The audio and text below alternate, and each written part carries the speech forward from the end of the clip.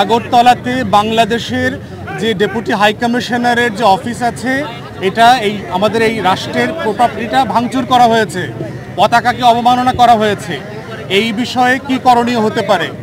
আর third হচ্ছে বাংলাদেশে সংখ্যালঘু নির্যাতন নিয়ে যেই গল্প এবং উপন্যাস সারা দুনিয়াতে চলছে সেই বিষয়ে আপনারা কি মত দেবেন, আমাদের করা দরকার।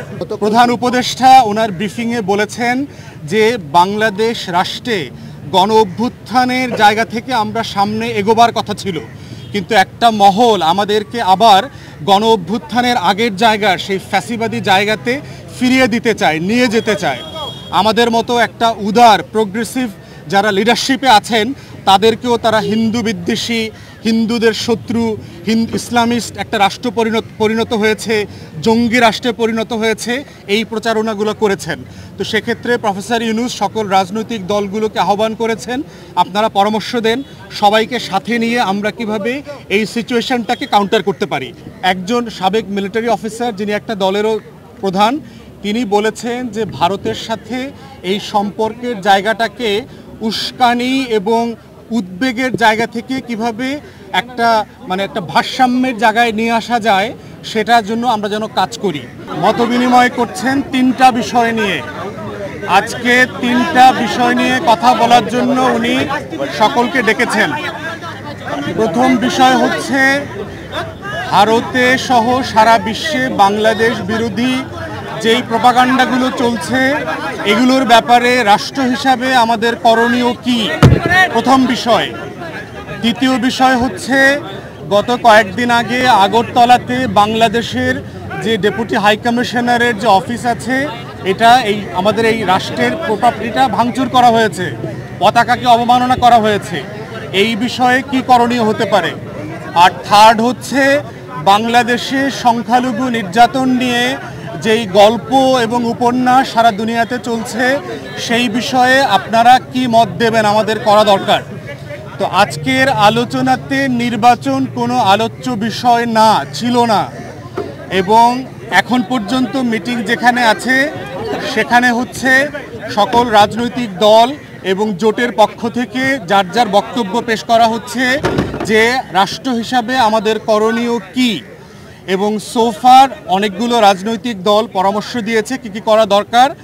আমাদের বক্তব্য হচ্ছে এই রাজনৈতিক দলগুলো যেগুলো মতামত দিয়েছে এখন পর্যন্ত এটার একটা সামারি আমি আপনাদের সাথে শেয়ার করছি। প্রথম কথা হচ্ছে যে বেশ কয়েকটা রাজনৈতিক দল আজকের আলোচ্য বিষয় না থাকার পরেও প্রয়োজনীয় সংস্কার সাপেক্ষে তাড়াতাড়ি নির্বাচন দেওয়ার জন্য ওনারা তাগাদা দিয়েছেন।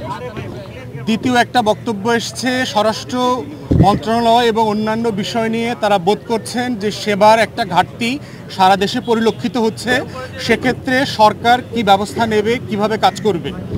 তৃতীয়ত একটা বক্তব্য এসছে, পরামর্শ এসছে যে সকল রাজনৈতিক দল যারা কথা বলেছেন ফ্যাসিবাদ বিরোধী আন্দোলন, সবাইকে, রাষ্ট্রকে এবং সরকারকে আশ্বস্ত করেছেন যে বাংলাদেশের স্বাধীনতার প্রশ্নে, সার্বভৌমত্বের প্রশ্নে এবং জাতীয় স্বার্থের প্রশ্নে আমরা সবাই আপনাদের পিছনে আছি, আপনাদের সিদ্ধান্ত এবং এই লড়াইয়ের সাথে আমরা অংশীদার। এইটা হচ্ছে সোফার যে আলোচনাটা হয়েছে, যে কয়টা রাজনৈতিক দল কথা বলেছেন সেটার একটা জিস্ট। একজন সাবেক মিলিটারি অফিসার যিনি একটা দলেরও প্রধান, তিনি বলেছেন যে ভারতের সাথে এই সম্পর্কের জায়গাটাকে উস্কানি এবং উদ্বেগের জায়গা থেকে কিভাবে একটা ভারসাম্যের জায়গায় নিয়ে আসা যায় সেটার জন্য আমরা যেন কাজ করি। দু একজন পরামর্শ দিয়েছেন যে সংখ্যালঘুদের ব্যাপারে আমরা একটা জাতীয় কমিশন করতে পারি কিনা। একটা জাতীয় কমিশন করলে গত 53 বছরের যে বঞ্চনা এবং 16 বছরের বিশেষ করে সংখ্যালঘুরা কোন কোন জায়গায় আহত হচ্ছে, বঞ্চিত হচ্ছে, এটার গল্পটা কতটুকু এবং সত্যতা কতটুকু, অতটুকু বের হয়ে আসবে।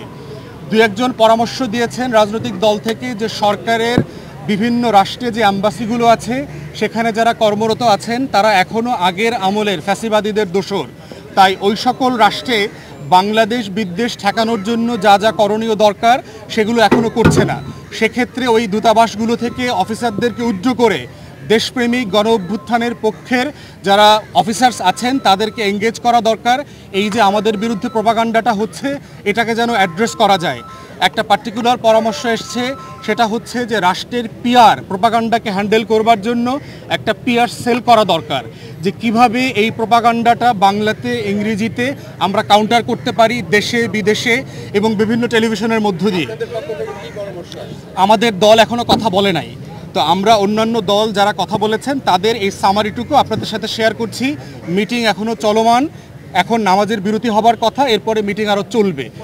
প্রধান উপদেষ্টা ওনার ব্রিফিংয়ে বলেছেন যে বাংলাদেশ রাষ্ট্রে গণ অভ্যুত্থানের জায়গা থেকে আমরা সামনে এগোবার কথা ছিল, কিন্তু একটা মহল আমাদেরকে আবার গণ অভ্যুত্থানের আগের জায়গার সেই ফ্যাসিবাদী জায়গাতে ফিরিয়ে দিতে চায়, নিয়ে যেতে চায়।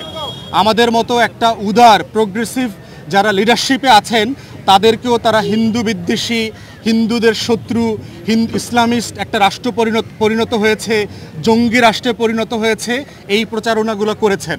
তো সেক্ষেত্রে প্রফেসর ইউনূস সকল রাজনৈতিক দলগুলোকে আহ্বান করেছেন, আপনারা পরামর্শ দেন সবাইকে সাথে নিয়ে আমরা কিভাবে এই সিচুয়েশনটাকে কাউন্টার করতে পারি। এই হচ্ছে আলোচনার জিস্ট। সবাইকে ধন্যবাদ।